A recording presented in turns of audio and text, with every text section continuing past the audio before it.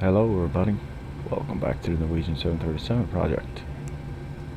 So I thought maybe I'd make you guys this little video. I had a request not too long ago from a guy that asked if I could make a video flying in and out of Trondheim Værnes in Norway.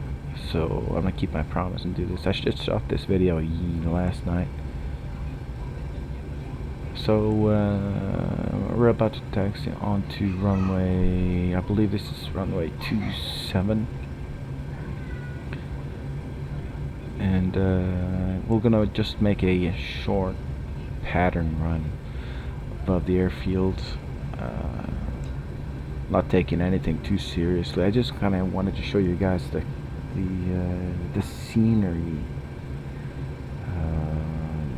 during a low altitude flight, like what we're going to do now.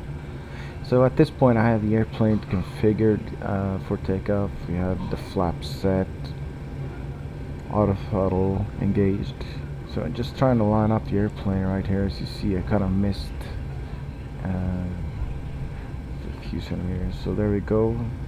That is, thrust is set, and that's the airspeed coming alive right there.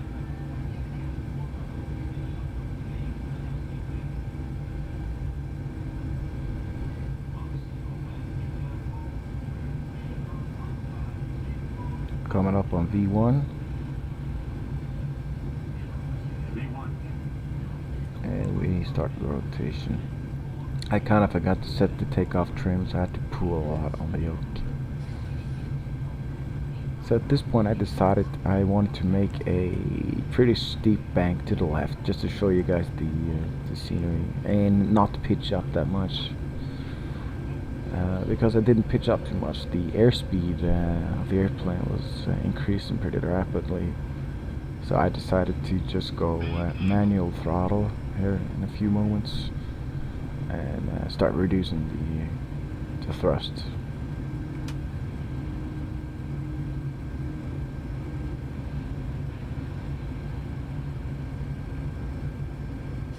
And here you see with just one computer running FSX, we're still able to maintain a decent amount of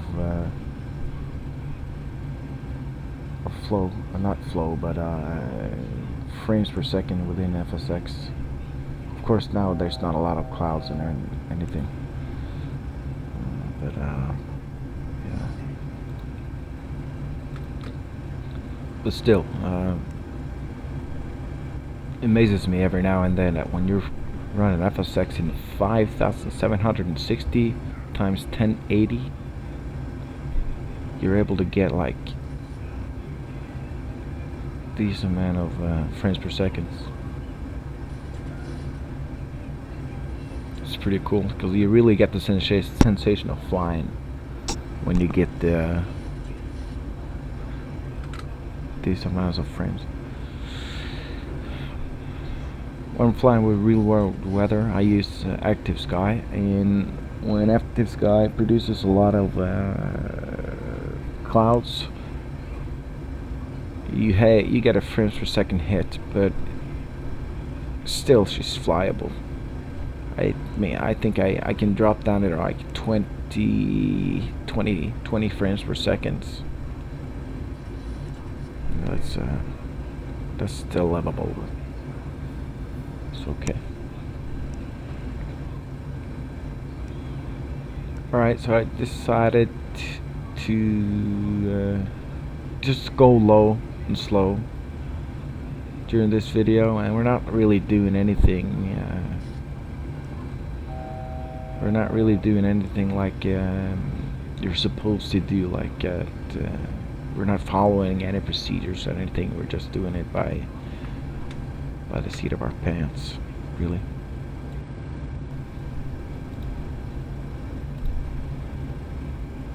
Alright, so now we just turned on a left base, and I'm looking to catch final, so we're going gear now, flaps 15, and speed 155, I think. Alright, 158. There we go. Just turning final.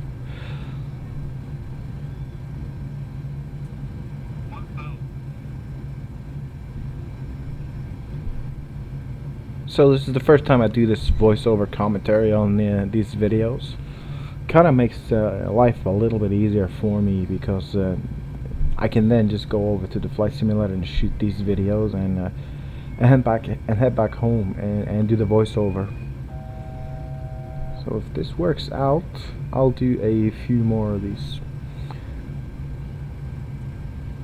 So as you can notice, we are a little bit low right now. As we turned base, we just we were on glide slope interception, but I kind of got lost and got a little bit low. But it doesn't really matter because this is a fully visual approach anyway. So who the hell cares right now? I just wanted to shoot this video because, as I said earlier, there's on request a flight in and out of Trondheim-Værnes. So there we go, flaps 30, and we have the VREF speed 144 knots.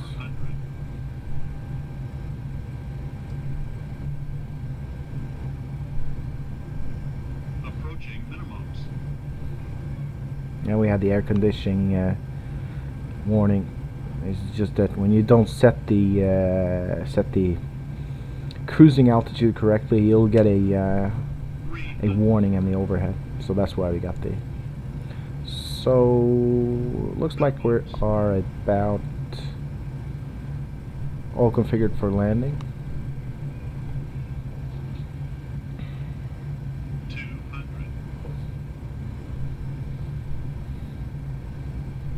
100. 50. 40. 30. 20. See, one of the biggest problems with Flight Simulator X is during the flare. From my real life experiences, the flare is a flare in real time makes the airplane more controllable, and it's a lot easier to do it in real life to land the plane compared to FSX, because FSX always wants to bounce. It seems like it doesn't really matter if you keep the reference speed all the way down, because when you want to start flare and you pull the yoke towards you to get the nose up, the airplane always wants to bounce. It wants to fly.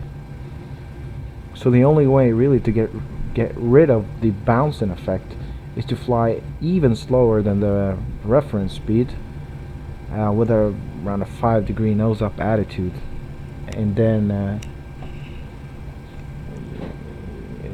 in that case the airplane doesn't flare. No, I'm sorry, bounce.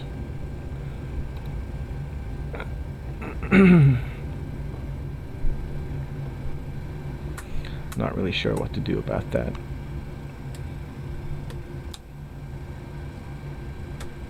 Oh, by the way, I did mention in the previous video that the chronometers you see in the dashboard right now on both sides, those analog clocks are going to be replaced with Boeing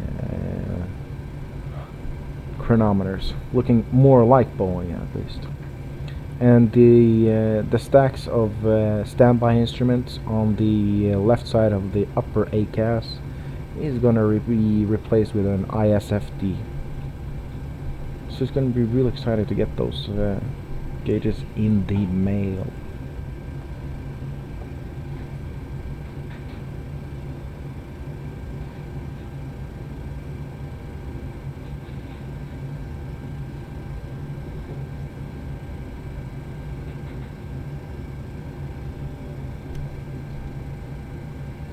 You see a little bit of a light difference between the left projector and the center projector. So I just took this first parking spot just to show you the Dash 8 that was sitting on the apron right there, and I took a video all the way in to show you the strut compression when you press the brakes. It's a really cool effect, especially when you're sitting in a full immersion cockpit like this. So thank you very much, guys. If you like this, I'll make more of these commentary videos. See you later. Thanks. Bye.